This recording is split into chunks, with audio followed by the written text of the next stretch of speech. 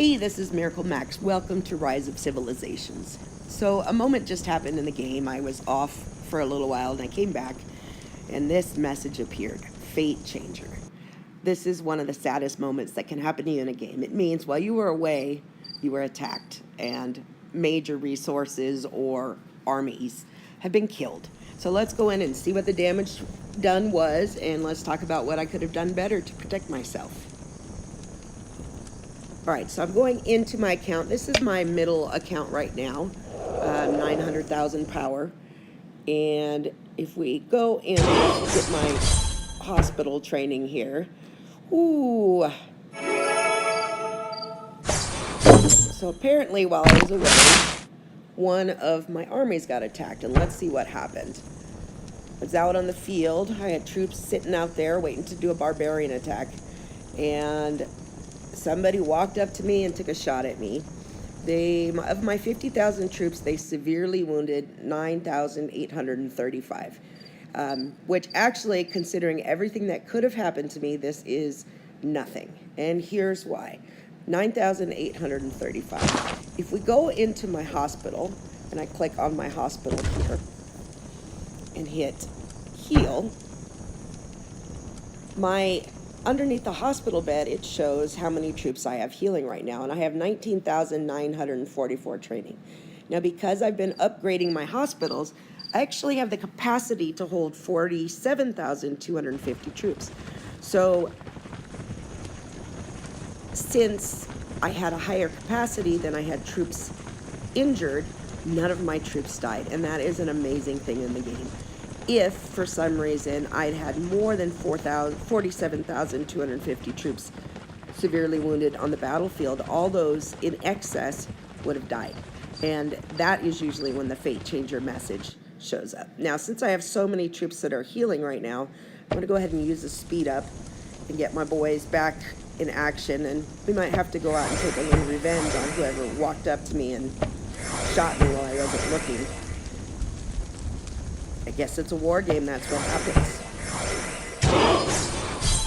All right, so what happens if you come home and you see that Fate Changer message and you end up with dead troops?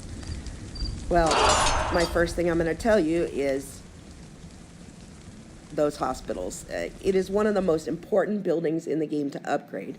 Right now on this account, I am City Hall level 13, and my hospitals are 13, 13, and 13. So I've kept them upgraded, and that saved me from losing troops. And if I had lost troops, I would be using the Fate Changer and spending $5 right now to rebuild my army. Now, thankfully, that didn't happen. But what can you do? How can you best protect your city? How can you best protect your troops and your resources? And I want to take you through all that.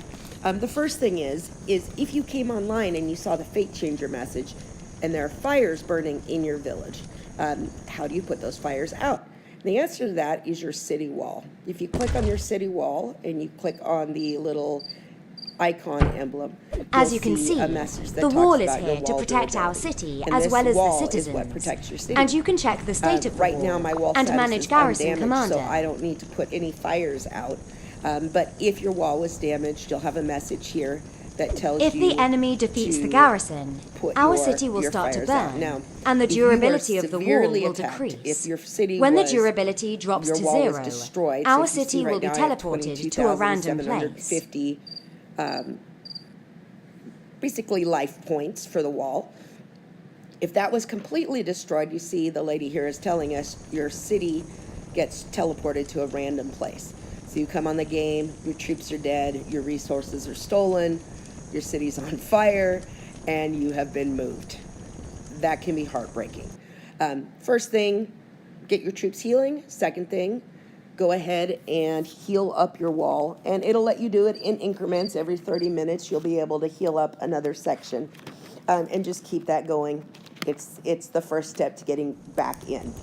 So let me go back to the village since I'm the not garrison on fire. Commander will lead our troops to defend the city. If the garrison commander is not in the city, the commander with the highest level will be appointed as the temporary garrison commander. It will default to your two highest commanders that are in the city if you don't set them. I recommend getting a couple commanders trained to protect your garrison and putting them on the wall. But for right now, these two will work. All right, so back in my city. So how do I protect my city and my resources in it from someone attacking them? Well, the first thing is, and the most obvious answer, is to buy a shield. And if you go into your items, a lot of times you'll already have some shields, but it's under other, oh, no, it's under boost. And if you have a shield, there would be available here. I don't have any right now. So I can buy them in the store or at the courier.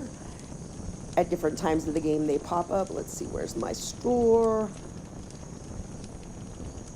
It's hiding from me. All right, well, I can't find it, so buy it at the store. The second thing that you can do is you can confuse your enemy. You can do things to make it look like you're stronger than you really are, and that might deter people from attacking your city. There's two boosts that you can use to do that, again, in your items. The first one is an anti-recognizance. What this does is, generally, if people are looking for a village to attack, they want to set a scout first, see how many troops you have, and see how much loot you have. Well, this boost keeps scouts from being able to get information on your city. So they'll send a scout out, and they get no information back. The second one that you can use is called Confuse the Enemy, and I don't have any available on this account.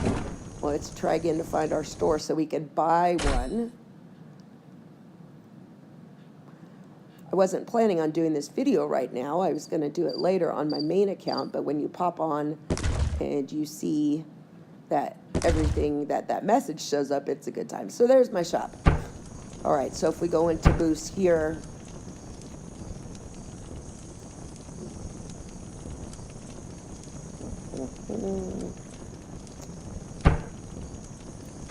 there it is, Deceptive Troops. So Deceptive Troops, the purpose of Deceptive Troops is to make yourself look stronger than you are.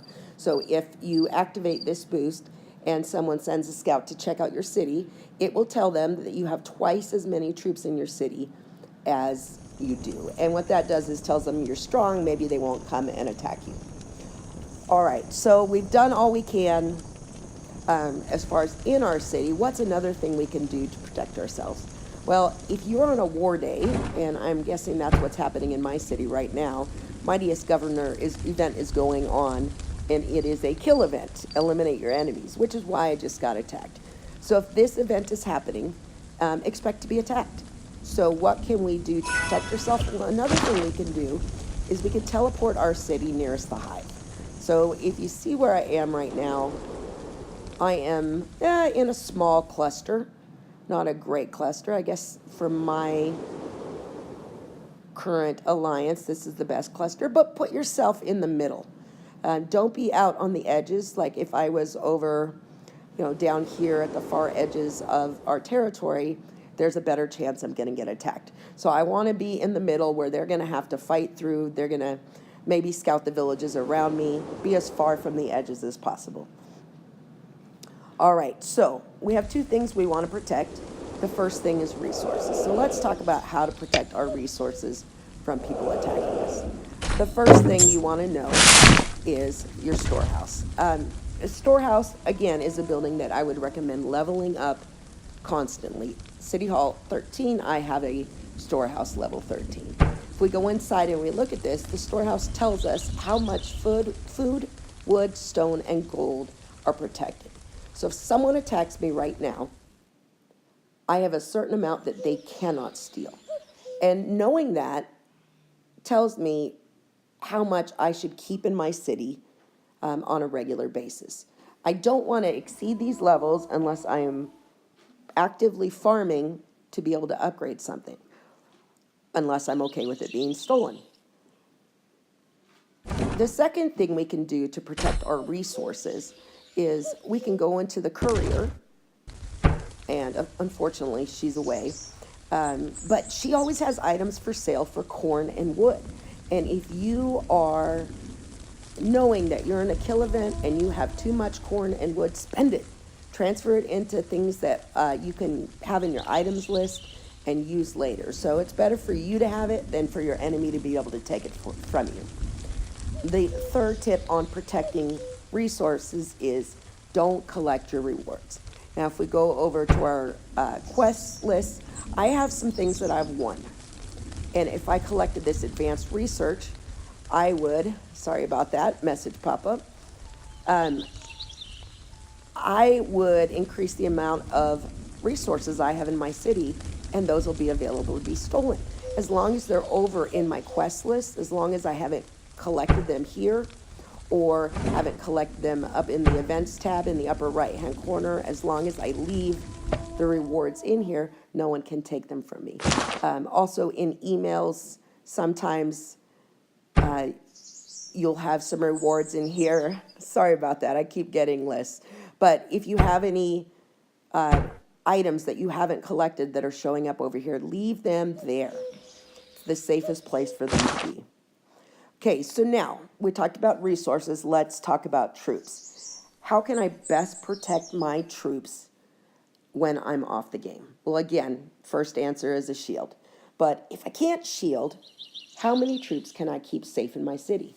Well, the answer to that, again, is your hospital. And again, right now, because my hospital capacity is maxed for my city hall level, I can have 47,250 troops in my city that get wounded when someone attacks me, and I won't lose them. I'll just have to heal them. What about the rest of my troops? And if we go up to my profile and go on troops, we can see how many total units I have. I have 147,000 units approximately. That means right now if I got attacked, I'd have 100,000 troops that could die. That's a horrible, horrible thing that can happen. So how do I keep those safe? I need to get 100,000 troops out of my city when I log off at the end of the day, so that the ones that are in the city can protect me, but won't die if I get attacked. So those 100,000 troops, here's the way to keep them safe. The first thing is send your troops to a neighboring village that's shielded. Right now, it doesn't look like anyone in my territory has a shield up. But what I would do, oh, there's one, is I would click on a shielded village and hit reinforce, and I can send an army out and put my troops over in their shielded fortress. No one can attack that, so they're safe there.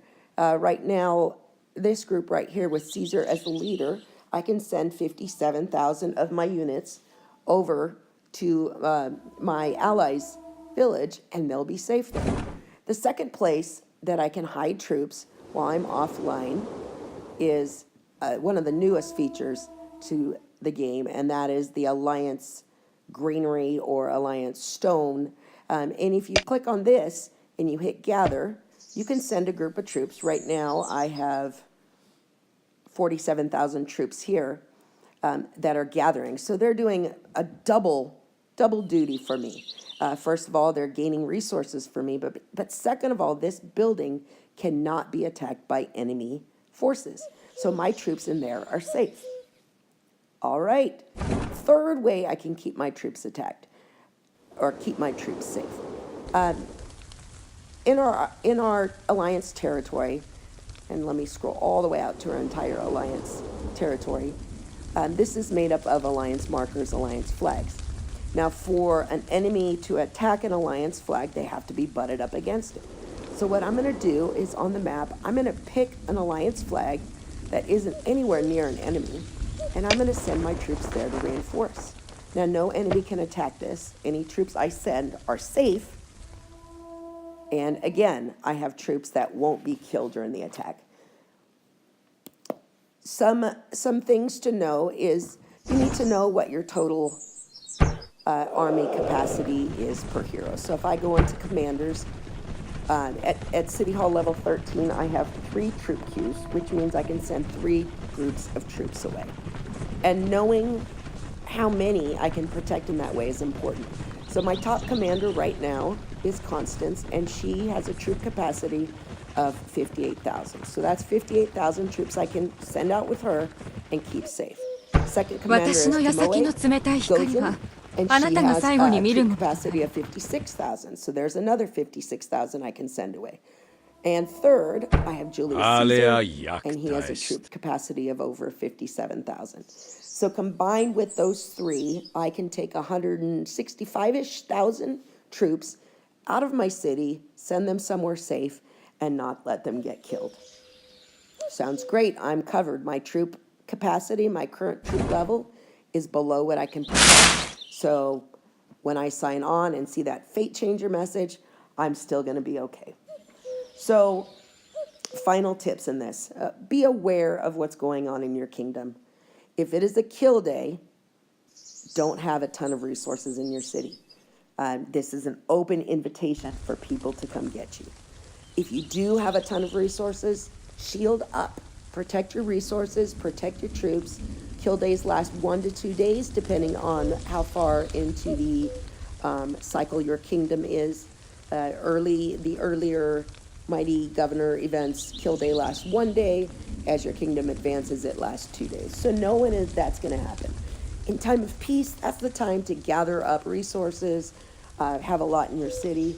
But if it's wartime, if your alliance is in war with others, if it's a Mightiest Governor or another kill event, spend your resources or shield up. All right, I hope this helps you, and I hope that you've been able to put out the fires in your village and didn't lose too many troops or resources, but be prepared for next time.